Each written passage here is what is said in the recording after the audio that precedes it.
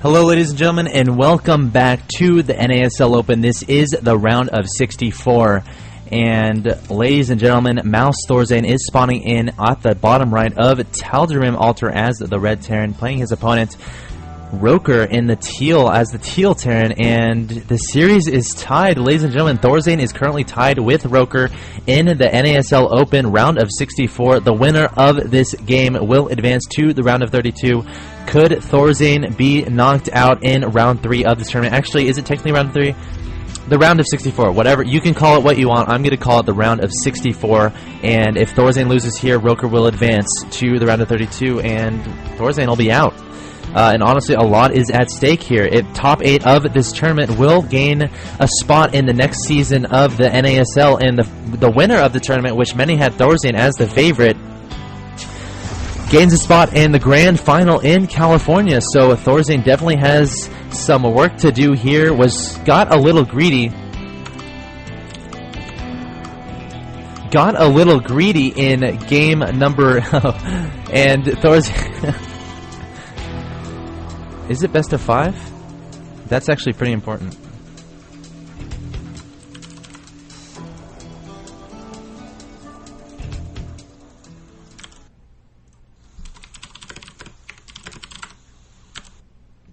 Because then we screwed up our last game.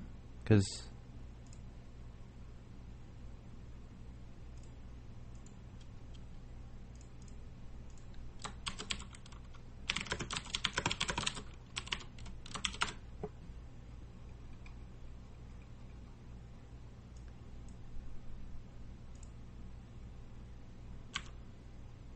one second, guys.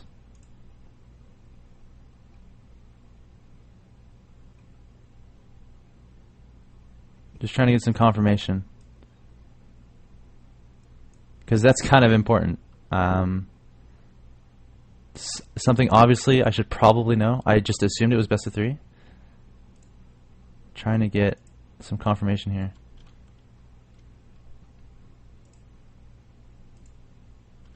Let me go and look at the...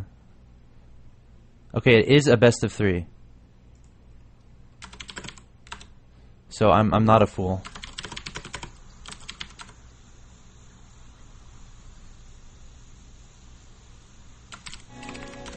Alright, let me get you back into the game. Alright, ladies and gentlemen, welcome back. Sorry about that pause. Just had to get some quick clarification. Do not want to be called a liar or a fool in the NASL Open. Once again, this is a best of 3 in between mouzThorzain and Roker, and they are currently tied 1-1. So if Roker wins this game, once again, he will advance to the next round over Thorzain, and of course, Thorzain will advance if he wins as well. So definitely a super exciting matchup we have on our hands here. Thorzain on the verge of being eliminated. And again, the map is Tal'Darim altar. A lot of interesting dynamics present themselves upon looking at these positions. I mean, honestly, these positions would probably favor... Actually, it depends the way you look at it. I mean, a lot of drop play can be viable from Roker, seeing as how he's decently close to his opponent's natural expansion, whereas the natural expansion over here, a medevac would have to take a travel distance all the way this direction to attack there, but whereas from Roker, he can just attack directly across. So in that dynamic, it could favor Roker. But on the other side of things, if this game goes beyond 3 bases, the natural 4th would be right here from Roker, which is like right next to Thorzain's main, so he would probably have to take his 4th right here. And something else to consider is those siege tank pushes. I mean, if Roker could potentially do some sort of push here and siege tanks on the low ground and just shell away at the natural expansion mineral line of mouzThorzain. So definitely a lot of interesting things to look out for from both these players. Looks like Thorzain is sending out a scout. Hasn't seen anything yet. Will proceed to the natural expansion of the Terran player Roker to immediately get eliminated by those Marines. Did he see the expansion? Yes, he did. So the SCV able to get that valuable information for his home base. Looks like Thorzain also getting his natural expansion as well. Does that command center look misplaced to you? I'm not so sure. Am I crazy? Hold up. I must be crazy. I think the command center should be closer. Whatever. We'll just keep an eye on that. Anyway, in Thorzain's base, we have 2 additional barracks going down, along with an existing barracks being a tech lab being placed on that. So Thorzain currently has 3 barracks right now as his production facilities. And I guess I'm just crazy.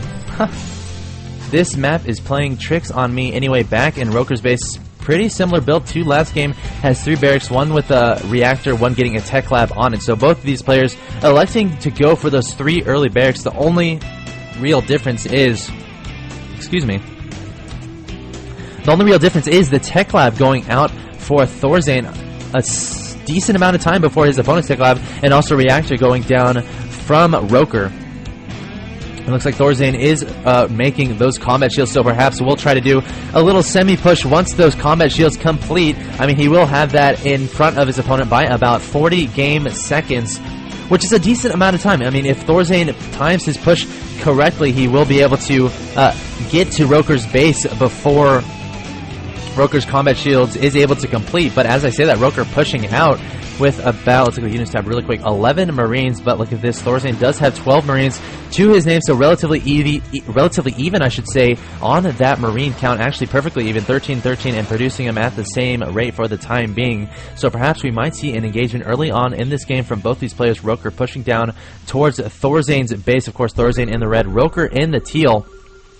A scan does go down. Roker sees those Marines and elects to retreat back to his base. So Thorzain possibly looking to do a push here. His combat shields is finished, and Roker's combat shields is not finished. So if Thorzain could engage here, that would be very good for him. Of course, the HP of those Marines of Thorzain are at 55, while at Roker's are at 45. But that won't matter for the time in about 10 seconds because Roker's combat shields is about to complete. So that won't make a difference whatsoever. Interesting to theorize though, and it looks like a factory going down from Roker. So definitely looking to transition to either starport or tank play or both in the near future. And from Thorzain, also putting a factory and a reactor. And at this point in the last game, we saw Thorzain put down a 3rd command center and actually a 4th very soon after. So definitely got greedy last game and possibly will have checked himself and will not be greedy at all this game. Throwing down a missile turret just in case there are any Banshees.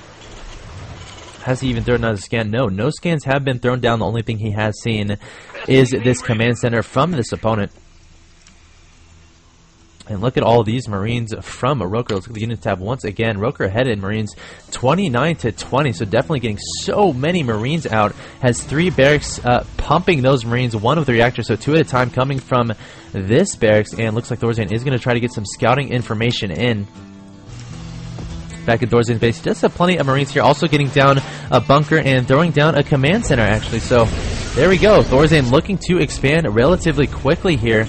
Definitely a macro player, does not want to get rid of that of his game plan. That's the worst thing you can do going into game 3 tied 1-1 with your opponent, is abandoning your game plan. So definitely sticking to what he does best, producing medevacs out of those starports, and anything coming out of this factory, no, not quite yet. Continuing to pump Marines out of these barracks, getting a nice Marine count. Or any engineering base down on the field? Yes, 2 engineering bays coming down from mouzThorzain, definitely looking to start those upgrades for those Marines. And back in Roker's base, what do we have? Any engineering base? No. So Thorzain in the last game also had the upgrade advantage, but quite simply did not have enough Marines to make it worth it. And it looks like Roker wants to do a push here. Let's look at the units tab to see what everyone has. 40 Marines for Roker and 29 for Thorzain. So Roker definitely with the advantage there, but keep in mind Thorzain does have a bunker here. And look at this, some SCVs coming out for Roker as well. So some sort of, a little bit of an all-in sort of thing from Roker. Definitely wants to try to win right now. No other reason to bring those SCVs. And Stim does go down, going forward as fast as he can, targeting down those Marines. And will this be enough? Engaging this bunker. A lot of SCVs are repairing this bunker, so it will not be enough to take out Thorzain. Not the best decision from Roker there, but then once again, you're playing the best Terran in the world. You'll do everything you can to take him off his guard and try to take the game early. And Thorzain, quite frankly, just comfortably held that off. Really clutch move, pulling those SCVs to repair that bunker. If he hadn't done that, I'm not sure if he would have been able to survive that attack.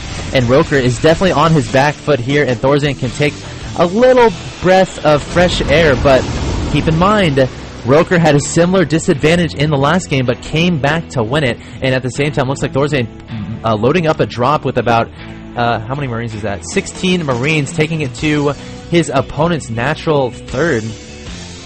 It looks like Roker is backing up, has 2 medevacs full of Marines as well. Will these intersect? Okay, so he does see the medevacs, and they are going to see each other. So Roker definitely knows what is up. A lone Marine coming out trying to eliminate these medevacs. Will not be able to. Actually does not. Oh, actually that's Thorzain's Marine in the third of Roker. And Roker actually stimming down immediately. Could he take down these medevacs? And ThorzainThorzainThorzain trying to find a good place to drop. Does manage to drop, but will that even matter? Roker coming in really fast with all these Marines. Does not manage to take out that medevac. Will he pull these two Marines to try to deal some damage? No. So that drop does get shut down. I remember seeing two medevacs from Roker, but I guess they returned home upon seeing that, yet there are those two medevacs. So some drop play trying to occur here, but ending up not mattering whatsoever in the long run. But something that drop did do that we can keep in mind is that made Roker pull his forces back home, which means ThorzainThorzain can comfortably get up his third. So ThorzainThorzain does have his third up and running, and Roker just now putting down his Expo will end up lifting off and landing at that, I don't even know what's called this expansion. The expansion closest to his main base, so definitely look for him to take that expansion in the near future here. And ThorzainThorzain spreading out all of his Marines, taking control of the watchtowers, might end up trying to scout for any hidden expansions from the Teal Terran player Roker. ThorzainThorzain also getting a fourth command center down, producing lots of Marines as we speak. Let's see here, has a lot of turrets at his natural expansion, does not want to get caught off guard by any drops, has some turrets outside his main. Look at these turrets, ladies and gentlemen. Definitely does not want to get doesn't want to be abused by drops, I should say, and ThorzainThorzain has plenty of barracks on the field. Look at this, 5 barracks continuing to produce Marines, has so many Marines right now. Also some tanks coming out from a factory. Siege tech is just about to finish. Are any siege tanks on the field? Yes, one is on the field from ThorzainThorzain. And look at this, Blue Flame Hellion coming down from Roker, and also a drop in the back of Roker's base. Immediately evacuates all these SCVs, so pretty good awareness from Roker there, but all of his forces are back. They were in the middle of the map, so ThorzainThorzain will definitely do a lot of damage with this drop here. Taking down 2 engineering bays, and Roker immediately stimming up, trying to deal with this, brings some Hellions forward, but those get taken down immediately. And will Roker have enough to deal with this drop? Not initially, but bringing out all of these Marines, stimming every single one of them, eventually does take down this drop from ThorzainThorzain. So ThorzainThorzain with immaculate multitasking right now, also taking his fourth at the same time. Will definitely look to be saturating that ASAP. Has a formidable amount of Marines and tanks here, so probably intending to do a push in the near future here. He is ahead 182 to 121 supply. Ladies and gentlemen, if you are just now joining us, ThorzainThorzain is tied 1-1 with his opponent Roker. The winner of this game will advance to the round of 32. A lot of scans do go down from Roker, trying to see what is up from ThorzainThorzain, and it looks like a Marine does come forward, does scout this third from Roker, and looks like ThorzainThorzain is going to be pushing forward in the near future here. Has plenty of tanks here. 2 tanks, they do have siege mode research, and is reinforcing with more tanks as we speak. And ThorzainThorzain is in fact maxed. Well, actually 198 at 200 supply, but some Blue Flame Hellions come forward, and immediately running away upon seeing that many Marines. And will Roker have enough? Trying to spread out his units, wants to take his opponent off guard, stims forward, wants to engage ThorzainThorzain before he sieges up with those tanks. Gets a nice concave around ThorzainThorzain, but keep in mind, ThorzainThorzain is maxed, so it will not matter, and ThorzainThorzain just cleans up that army incredibly well, and there's the GG from Roker. So ThorzainThorzain avoids a scare in the NASL Open, and will move on to the round of 32, taking out Roker 2-1. Ladies and gentlemen, don't go anywhere. I will be trying to jump into another game very shortly.